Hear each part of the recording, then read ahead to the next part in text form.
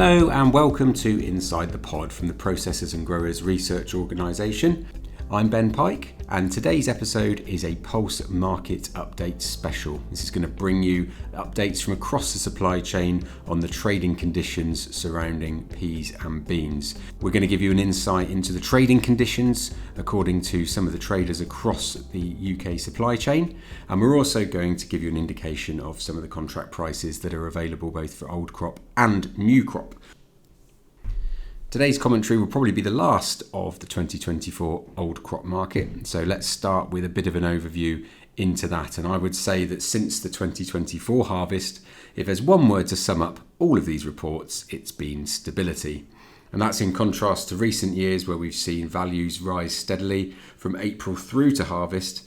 This season, not really any movement at all. Wheat prices have slipped slightly, but pulses have held their ground, and the premium over wheat has actually grown. Demand, especially from poultry and aquaculture sectors, seem to have found a comfortable balance when it comes to beans. But on the trading side, things are a bit tougher.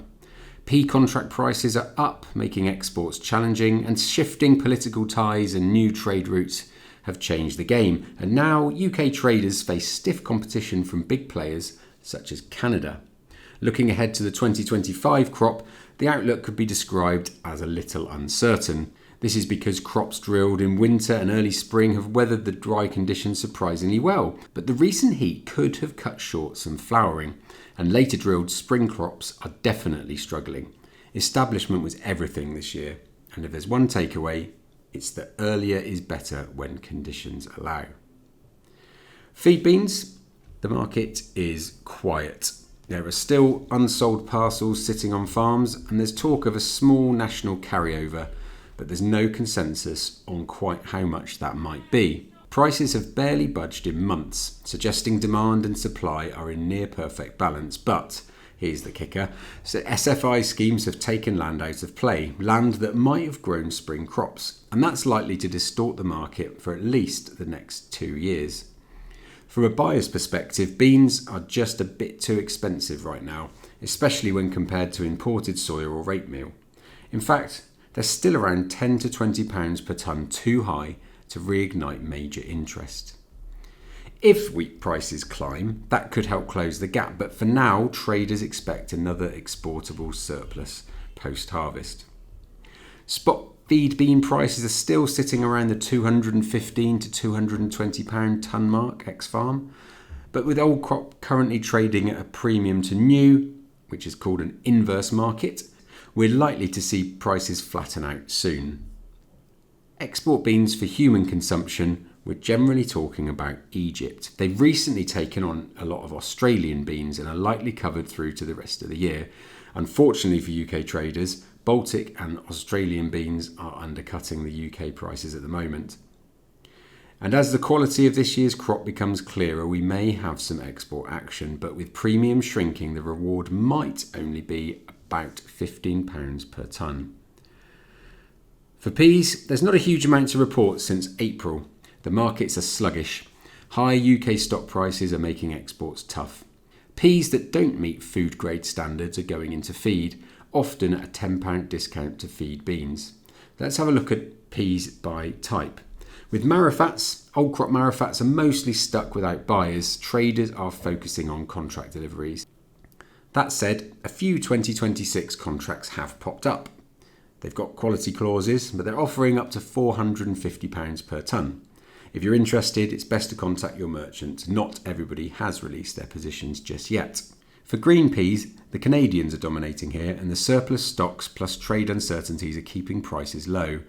Pale samples might get up to £280 per tonne for pet food, otherwise it's the feed market. Contracts for 2026, yes, they're available, some up to £360 a tonne, but expect conditions is the advice. Yellow peas next. There's little UK demand, and global oversupply means that prices are flat. It's unlikely that you'll find buyers willing to pay more than feed value right now. And finally, maple peas. Now, after recent shortages sent prices soaring, demand has fallen off a cliff. Current values are down and most traders are sticking to core contracts, and if new contracts are offered, you can expect around £425 per tonne. But remember, yield is generally lower than green or yellow peas, and late drilling cuts it further. A few agronomy notes to finish with. Powdery mildew is a real threat right now in peas. Warm days, cool, humid nights are perfect conditions for infection. Our advice is to use sulfur-containing fungicides to stay ahead. Rust in beans is also a big concern due to the hot, dry weather.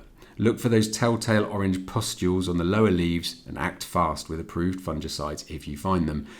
Those of you who've been out walking the fields will probably have noticed that aphids are thriving. You have to spray when infestations hit 20% in combining peas or 15% in vining peas, so you need to check the label intervals as well. Pre-harvest weed management, glyphosate can help tidy up weedy crops, but remember, never use it on seed crops. You'll find more detailed advice and updates in the full crop bulletin, and as always, PGRO has YouTube videos and podcast content to help you navigate the season. Just search Processors and Growers Research Organisation on YouTube and you should find all of our lovely content waiting for you there. And don't forget, the PGRO's free open day at Stubton in Lincolnshire is on the 8th of July, where you can talk more about these markets that I've just described to you, as well as the growing season that you've experienced. That's it for now. Thanks for listening to this special edition of Inside the Pod. Whether you're a grower, trader or an agronomist, we hope this keeps you informed and ahead of the game. We'll be back shortly when the next episode is out, so hit the subscribe button and be alerted as soon as that happens. Until then, enjoy the sunshine.